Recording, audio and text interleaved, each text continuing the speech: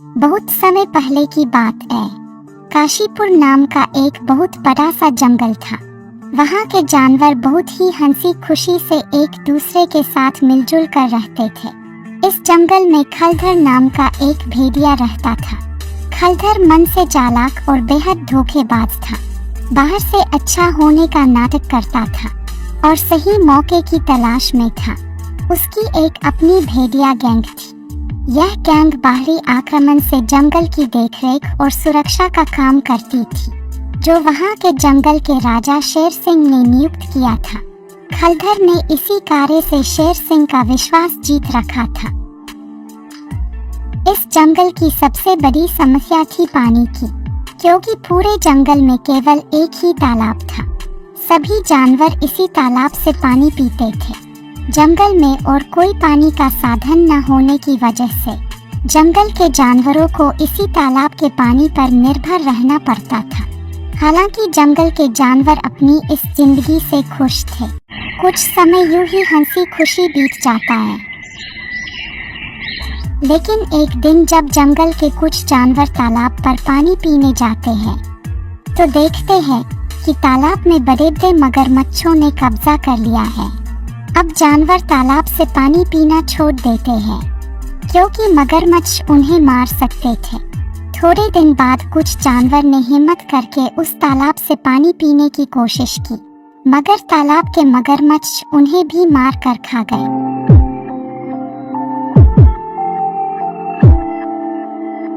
इस घटना से पूरे जंगल में भय और हड़कंप मच गया।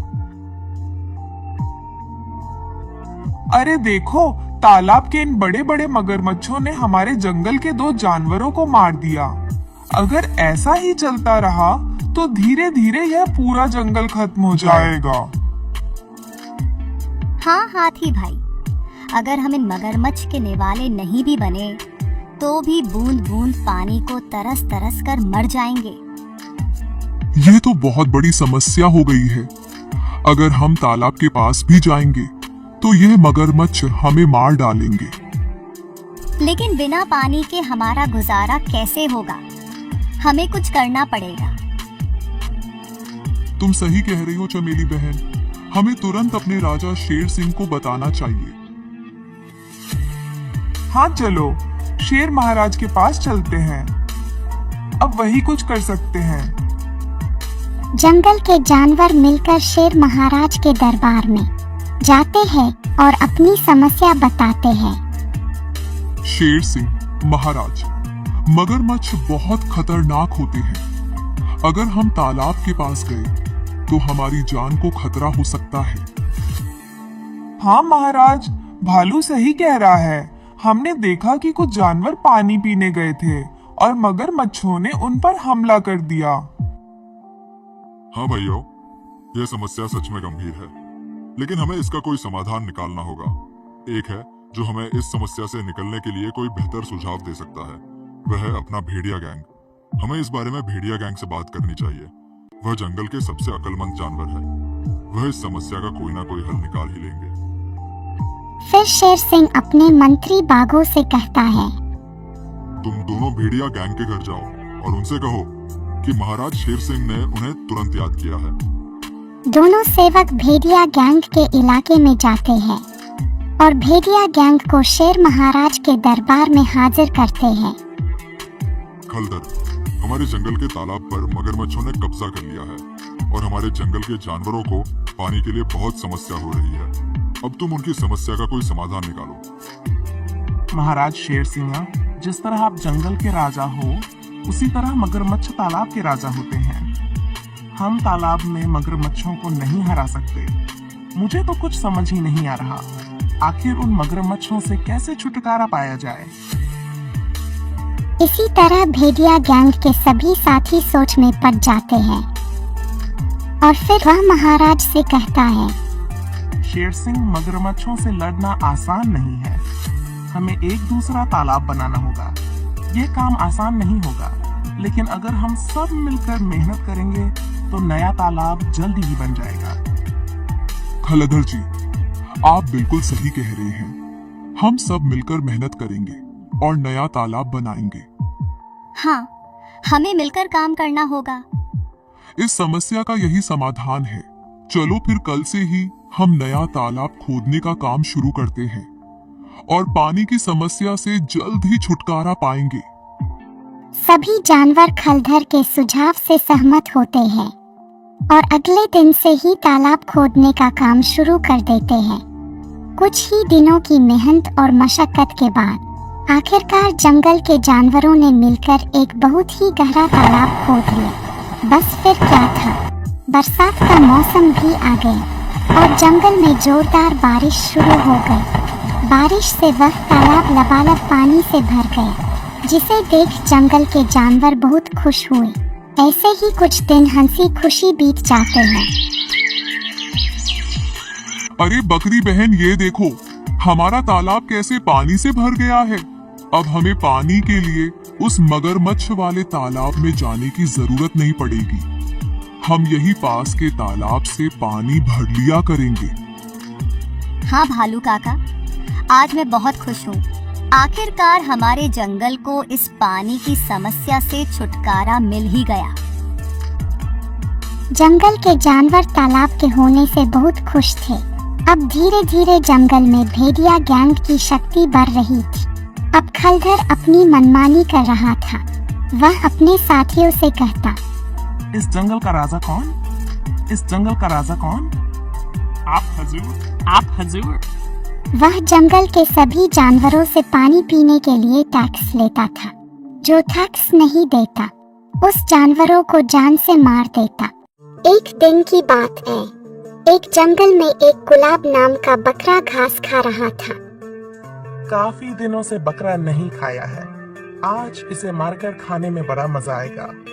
और पलक झपकते ही कुत्ता भेड़िया गुलाब को मार कर खा जाता है। जब यह खबर चमेली बकरी को पता चलती है, तो वह वहाँ खड़े जानवरों के सामने फूट फूट कर रोने लगती है। भालू काका, उस दुष्ट ने मेरे गुलाब को मार दिया। अब मैं गुलाब के बिना कैसे रहूंगी? रो मत चमेली बहन, उस पापी को एक दिन सजा जरूर मिलेगी। भालू भाई, अब हमें यह खबर शेर सिंह को बतानी चाहिए। खलधर जंगल के लिए खतरा बनता जा रहा है। फिर सभी जानवर शेर सिंह को पूरी खबर बताते हैं। शेर सिंह महाराज, खलधर अब अपने आप को जंगल का राजा मानने लगा है। उसने हमारे जंगल के काफी निर्दोष जानवरों को मार दिया है। उसके आतंक से जंगल के सभी जानवर डरे हुए हैं। क्या ये लोग सच बोल रहे हैं? शेर सिंह गुस्से में अपने मंत्री बाघों की ओर देखता है।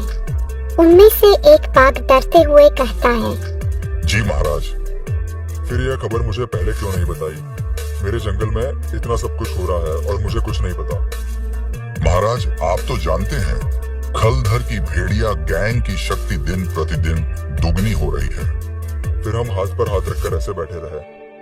नहीं महाराज, मैंने ऐसा तो नहीं कहा। चलो, फिर अब खलधर को सबक सिखाने का समय आ चुका है। नहीं महाराज, हमें शक्ति से पहले अपनी युक्ति का प्रयोग करना चाहिए। हमें खलधर को ऐसे जाल में फंसाना चाहिए जिससे वह बाहर ही नहीं निकल सके। यह कार्य मैं आपको देता हूँ। तुम्हारे पास बस 2 दिन का समय है। अपने मंत्रियों से इतना कहकर शेर सिंह वहाँ से चला जाता है। फिर बाघ सोच में पड़ जाते हैं, किस तरह खलधर और उसकी गैंग को हराया जा सके। फिर दोनों बाघ खलधर के पास जाते हैं। खलधर महाराज की जय हो।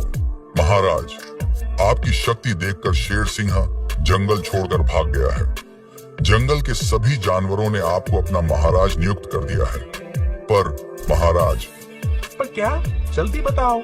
तालाब के मगरमच्छ आपको महाराज नहीं मानते हैं। वे कहते हैं उस खलधर की डर की वजह से शेर सिंह जरूर भाग गया होगा। पर हमें खलधर और उसकी भेड़िया गैंग से कोई डर नहीं है। अगर वह हमारे इलाके में आया तो हम खलधर और उसकी गैंग को मारकर खा जाएंगे। इतना सुनकर खलधर को बहुत क्रोध आया। अपनी शक्ति में चूर खलधर ने कुछ नहीं सोचा और वह अपनी गैंग को लेकर मगरमच्छ वाले तालाब पर पहुंचकर सीधा अपनी गैंग को लेकर कूद गया, जहां तालाब में कुछ भेड़िए डूब डूब कर मर गए और कुछ को मगरमच्छ चीर फाड़ कर खा गए। इस प्रकार काशीपुर के जानवरों को खलधर और उसकी गैंग से मुक्ति मिल गई और वह खुशी खुशी से जंगल में रहने लगे।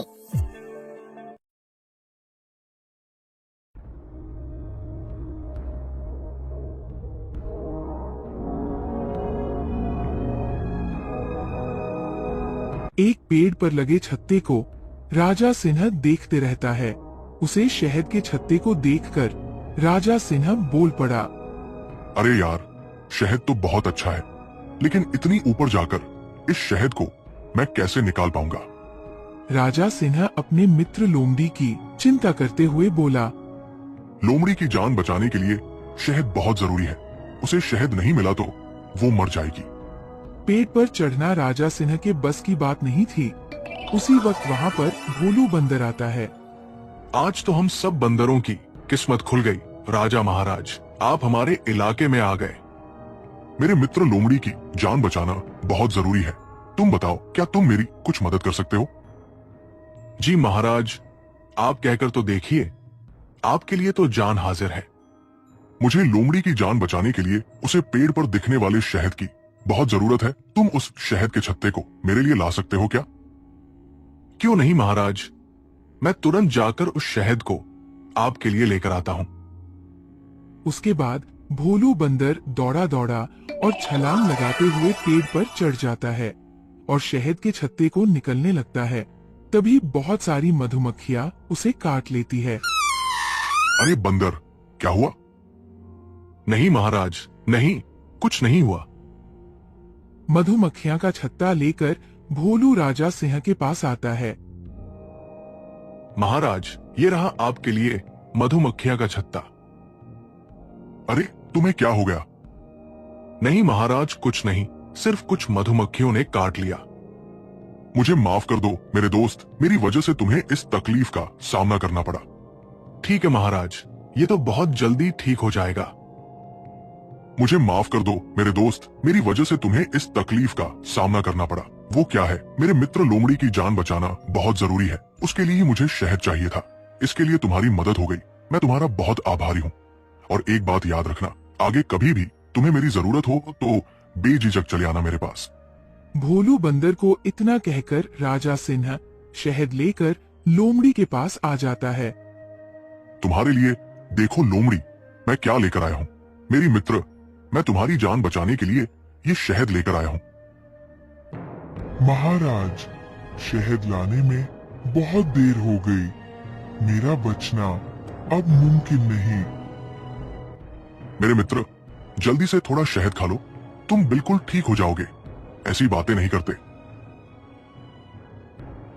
लोमड़ी को राजा सिंह शहद खिलाता है, लेकिन लोमड़ी मर जाती है।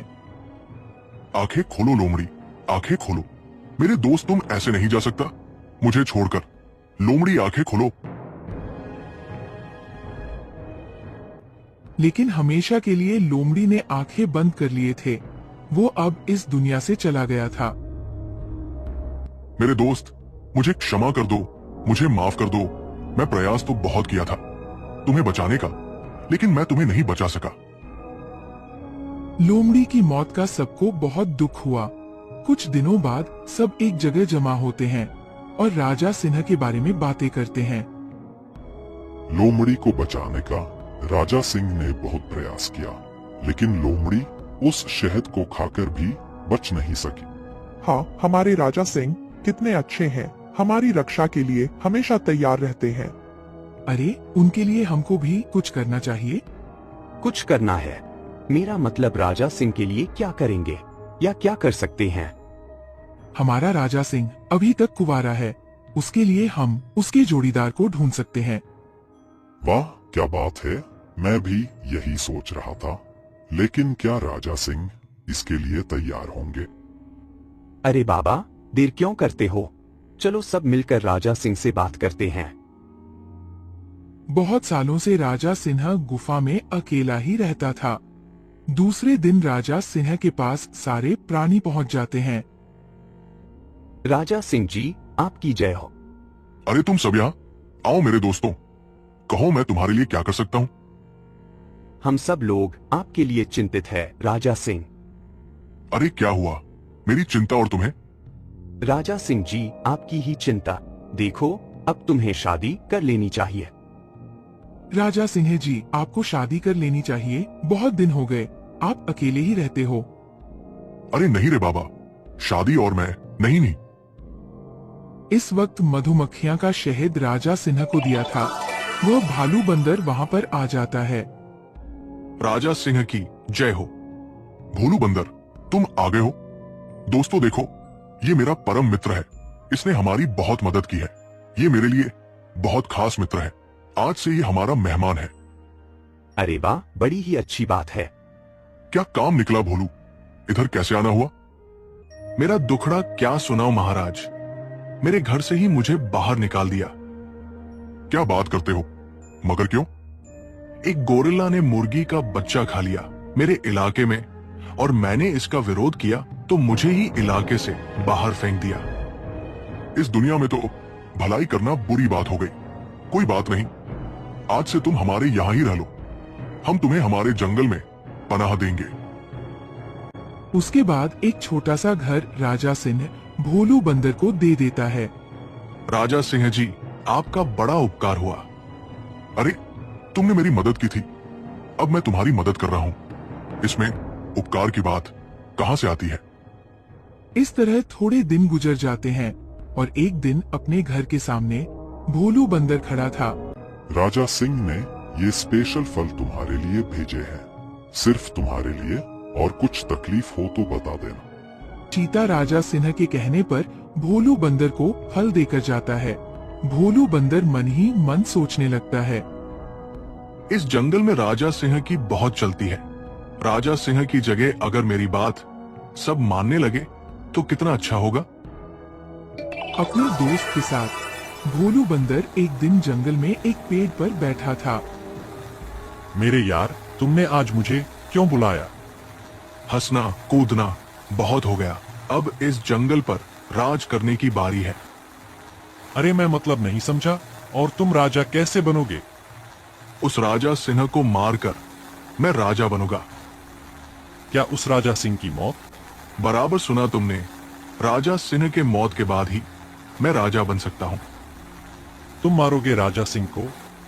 हम दोनों मिलकर राजा सिंह के मौत का कारण बनेंगे।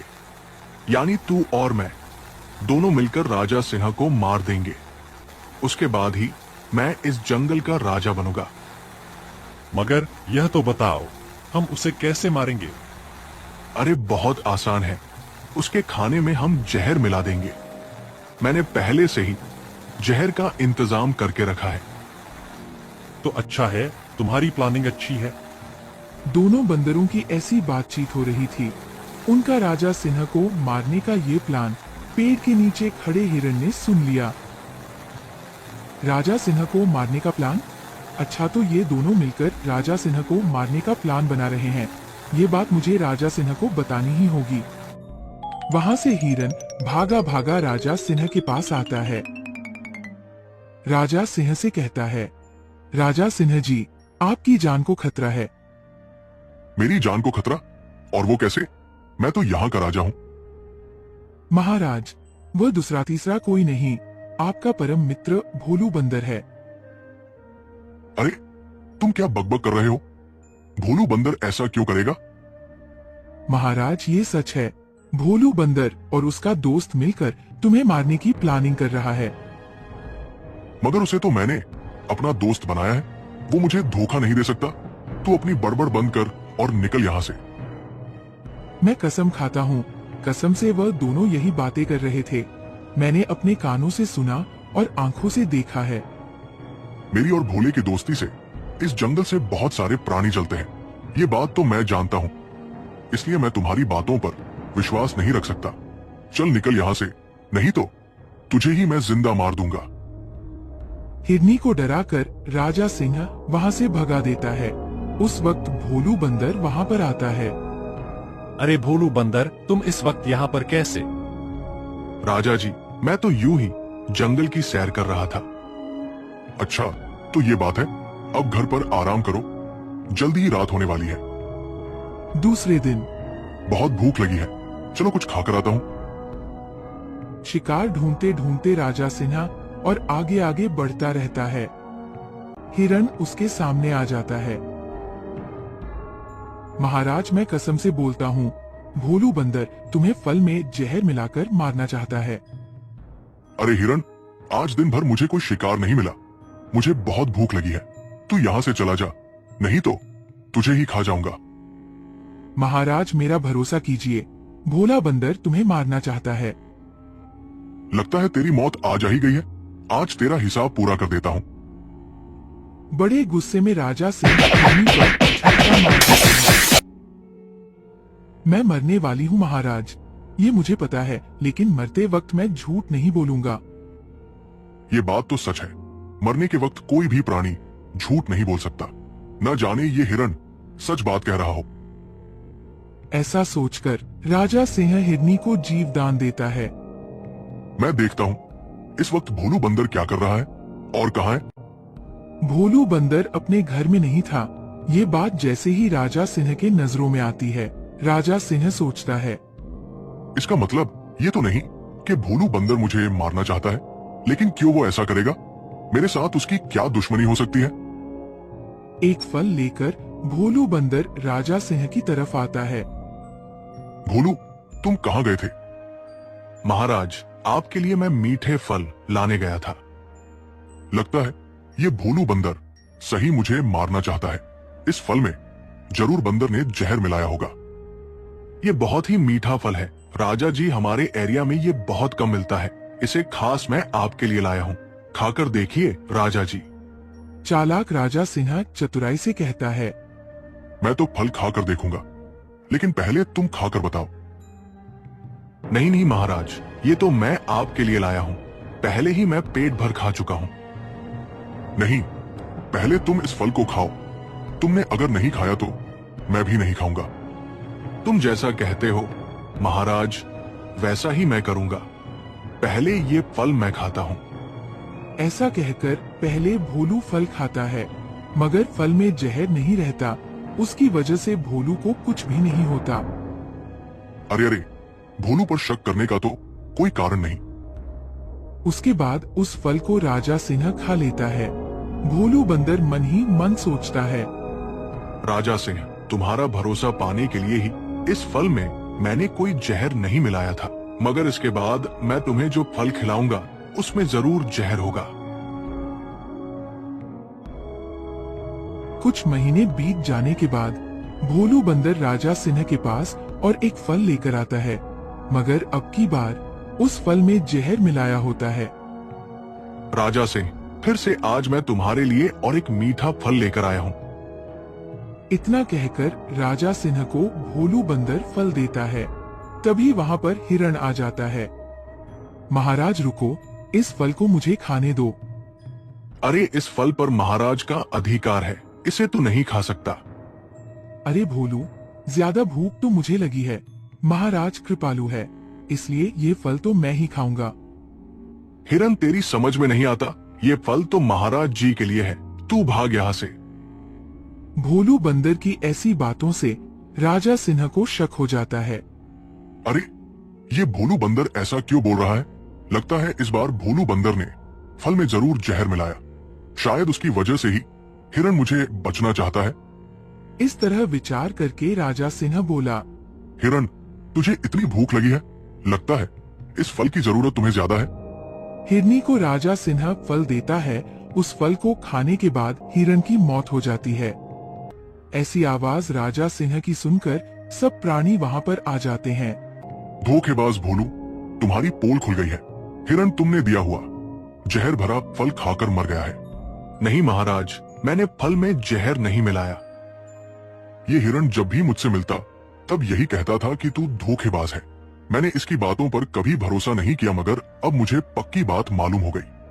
तू गद्दार और धोखेबाज है। दोस्तों, इस धोखेबाज को रस्सी से बांधकर पेड़ के साथ बांध दो और आग लगा दो। ले जाओ इस गद्दार को मेरे सामने से और इसका जो करना है वो करो।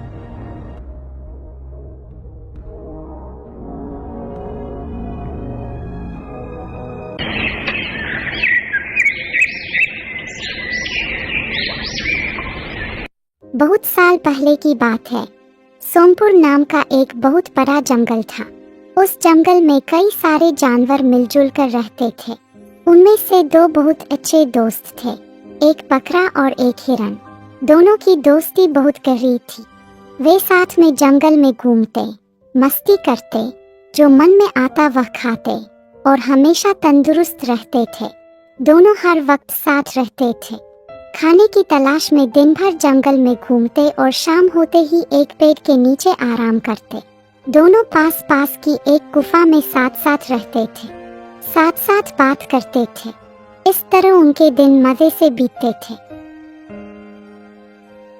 एक दिन जब बकरा और हिरन जंगल में घूम रहे थे, तब एक चालाक लोमड़ी की नजर हटते कटते हिरन पर पड़ी।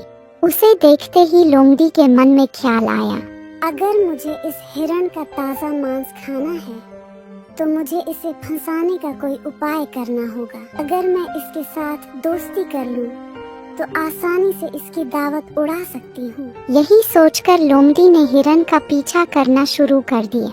कुछ दिनों बाद लोमड़ी ने देखा कि हिरन अकेला जंगल में घास खा रहा था। बकरा वहाँ नहीं था। लोमड़ी धीरे धीरे हिरन के पास गई और बोली, अरे हिरन, मेरे दोस्त, कैसे हो? आज तुम अकेले आए हो? हिरन अचानक लोमड़ी की आवाज सुनकर थोड़ा घबरा गया। उसने कहा, कौन हो तुम और मुझे अपना दोस्त क्यों बुला रही हो? मैं तो तुम्हें पहचानता भी नहीं हूँ। कहाँ से आई हो तुम? लोमड़ी मुस्कुराई और बोली, अरे भाई, जान पहचान तो हो ही जाएगी। क्या तुम मुझसे दोस्ती करोगे? हिरन ने सख्ती से कहा, नहीं, अनजान लोगों से दोस्ती नहीं करनी चाहिए। माफ करना, मैं तुम्हारी दोस्त नहीं बन सकता। लोमड़ी ने दुखी स्वर में कहा, मैं इस जंगल में अकेली हूँ। मेरे सारे दोस्त मुझे छोड़कर चले गए हैं। मैं बहुत दुखी रहती हूँ। जब मैंने तुम्हें देखा तो मेरा दिल खुश हो गया। अगर तुम मेरी दोस्ती स्वीकार कर लोगे तो मैं बहुत खुश हो जाऊंगी। यह कहते कहते लोमड़ी की आंखों में आंसू आ गए। उसकी उदासी देखकर हिरन का दिल पसीज गया और उसने उसकी दोस्ती स्वीकार कर ली। उस दिन से हिरन और लोमड़ी साथ समय बिताने लगे। हिरन लोमड़ी के साथ इतना व्यस्त हो गया कि उसने अपने पुराने दोस्त बकरे को लगभग भूल ही गया। एक दिन लोमड़ी ने कहा, दोस्त हिरन, क्या तुम मुझे अपना घर दिखाओगे? मैं तुम्हारा घर देखने के लिए बहुत उत्सुक हिरन हूँ। ने मुस्कुराते हुए कहा, हाँ जरूर, तुम मेरे नए दोस्त हो। तुम्हें अपना घर दिखाने में मुझे खुशी होगी। चलो मेरे साथ। हिरन लोमड़ी को अपने घर ले जाने लगा, लेकिन दूसरी तरफ दूर से बकरे ने यह सब देख लिया। उसे कुछ गड़बड़ का अंदाजा हो गया। वह हिरन और लोमड़ी के घर पहुंचने से पहले ही वहां पहुंच गया। तब हिरन लोमड़ी को लेकर बकरे के पास आए। बकरा भाई, ये लोमड़ी मेरी नई दोस्त है। ये बहुत अच्छी है। इसका कोई और दोस्त नहीं है और यह अकेली रहती है। चलो हम दोनों इसके दोस्त बन जाते हैं। दोस्ती एक लोमड़ी के साथ, यह तो बिल्कुल गलत बात है। क्या तुम्हें नहीं पता कि वह एक मांसाहारी प्राणी है? इसके साथ दोस्ती मैं नहीं कर सकता। अब यह तुम्हारी मर्जी है कि तुम किससे दोस्ती करना चाहते हो। मैंने तुमसे कहा था कि लोमड़ी धोखेबाज है। इतना कहकर बकरा वहां से चला गया, लेकिन हिरन को लोमड़ी पर बहुत भरोसा हो गया था। वह उसके साथ ही घूमने लगा। एक दिन लोमड़ी ने हिरन से कहा, दोस्त हिरन, आज मैं तुम्हें एक ऐसी जगह ले चलूंगी जहां तुम्हें अपना मनपसंद खाना बहुत सारा मिलेगा। हिरन लोमड़ी की बात मानकर उसके साथ चलने लगा। लोमड़ी उसे एक खेत में लेकर गई जहां तरह तरह की सब्जियां उगी हुई थी। इतना खाना देखकर हिरन बहुत खुश हो गया और बोला, मेरे दोस्त, अगर तुम नहीं होते तो मुझे इतना स्वादिष्ट खाना कभी नहीं मिलता। तुम्हारी वजह से ही मुझे यह सब खाने को मिल रहा। हिरन की बात सुनकर लोमड़ी मन ही मन सोचने लगी, हाँ, अगर मुझे तुम्हें खाना है तो पहले तुम्हें खिला खिला कर मोटा करना होगा। उस दिन के बाद से दोनों रोज उस खेत में जाकर खाने लगे। कुछ दिनों बाद खेत के मालिक को पता चल गया कि कोई उसका खेत नष्ट कर रहा है। उसने खेत में एक जाल बिछा दिया। अगले दिन जब लोमड़ी और हिरन खेत में गए तो हिरन जाल में फंस गया। उसे इस हालत में देखकर लोमड़ी तुरंत वहां से भाग गई और दूर जाकर छिपकर इंतजार करने लगी कि किसान आए और हिरन को मार डाले। उधर हिरन मदद के लिए चिल्लाने लगा। उसने सोचा कि शायद लोमड़ी उसे बचाने आएगी, लेकिन वह तो भाग चुकी थी। तब उसे बकरे की बात याद आई। हिरन ने चिल्लाकर बकरे से मदद मांगी। कुछ देर बाद बकरा वहां आ पहुंचा। दोस्त, मेरी मदद करो, इस जाल से मुझे निकालो, नहीं तो खेत का मालिक आकर मुझे मार डालेगा। जल्दी करो। मैंने तुमसे कहा था कि लोमड़ी धोखेबाज है। अगर तुमने मेरी बात मानी होती तो आज इस मुसीबत में नहीं पड़ते। लेकिन अब जो हुआ सो हुआ। मैं तुम्हारी मदद करूंगा। बकरा सोचने लगा और फिर कहा, जब किसान आएगा तो तुम मरे हुए का नाटक करना, ताकि वह सोचे कि तुम सच में मर चुके हो। जैसे ही वह जाल खोले तुम भाग जाना। हिरन ने बकरे की बात मानी। जैसे ही किसान वहां पहुंचा, हिरन ने मरे होने का नाटक किया। यह देखकर किसान को लगा कि हिरन मर गया है। उसने जाल खोल दिया। जैसे ही जाल खुला, हिरन फुर्ती से भाग निकला। दूर से छिपकर देख रही लोमड़ी यह सब देखकर दंग रह गई। हिरन ने बकरे का धन्यवाद किया और कहा, दोस्त, मुझसे बहुत बड़ी गलती हो गई थी। अब मैं तुम्हारी हर बात मानूंगा। हाँ, दोस्ती में सच्चाई और समझदारी जरूरी है। अब से सतर्क रहना। अब हमें उस लोमड़ी को सबक सिखाना होगा। हिरन के भाग जाने से लोमड़ी बहुत निराश हो गई। उसने सोचा था कि वह हिरन के स्वादिष्ट मांस का स्वाद लेगी, लेकिन बकरे की वजह से उसकी पूरी योजना खराब हो गई। उधर हिरन अपने घर पहुंचा और बकरे का धन्यवाद किया। उसने बकरे से फिर से दोस्ती कर ली। बकरा बोला, अब हमें उस लोमड़ी को सबक सिखाना होगा। हिरन ने सहमति में सिर हिलाया और कहा, हाँ, उसे सबक सिखाना जरूरी है। मुझे पता है कि वह कहाँ रहती है। जैसे उसने तुम्हें फंसाया था, उसी तरह अब तुम भी उसकी चालाकी को हराकर उसे फंसाओगे। हम उसे खेत के मालिक से पकड़वाएंगे। यह सुनकर हिरन और बकरा योजना बनाने लगे। बकरे ने हिरन को लोमड़ी के पास जाने को कहा। हिरन सीधा लोमड़ी के घर पहुंचा। अंदर जाकर उसने कहा, अरे दोस्त, तुम पहले की तरह मुझसे बात क्यों नहीं कर रही हो? क्या तुम्हें पता है कि उस दिन मैं किसान के जाल में फंस गया था और बड़ी मुश्किल से बच पाया? लोमड़ी ने झूठ मूठ का अफसोस जताते हुए कहा, सच में? मुझे तो पता ही नहीं चला। मैं तो पानी पीने गई थी, ये सोचकर कि तब तक तुम थोड़ा खाना खा लोगे। अगर मुझे पता होता तो मैं जरूर तुम्हारी मदद करती। कोई बात नहीं, जो हुआ सो हुआ। अब सब ठीक है। चलो फिर से दोस्त बन जाते हैं। लोमड़ी ने मन ही मन सोचा, इस बार तो हिरन खुद मेरे पास आया है। अब तो इसे मैं किसी भी हाल में नहीं छोड़ूंगी। कुछ दिनों तक दोनों ने साथ समय बिताए। फिर एक दिन हिरन ने लोमड़ी से कहा, दोस्त, चलो मैं तुम्हें एक ऐसी जगह ले चलता हूँ जहाँ तुम्हें बहुत अच्छा खाना मिलेगा। लोमड़ी झटपट उसके साथ चल पड़ी। हिरन लोमड़ी को खेत के पास ले गया जहाँ किसान ने जाल बिछा रखा था।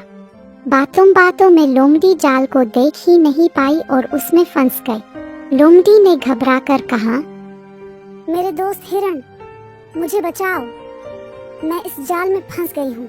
याद है उस दिन तुमने मेरे साथ क्या किया था? अब खुद देखो कि कैसा लगता है। यह तुम्हारी सजा है। इतना कहकर हिरन वहाँ से चला गया और बकरे के पास जाकर बैठ गया। दोनों मिलकर देख रहे थे कि लोमड़ी क्या करती है। थोड़ी देर बाद किसान वहाँ आया और जाल में फंसी लोमड़ी को देखकर बोला, तो तुम हो मेरी फसल नष्ट करने वाली। किसान ने लोमड़ी को पकड़कर पिंजरे में बंद कर दिए।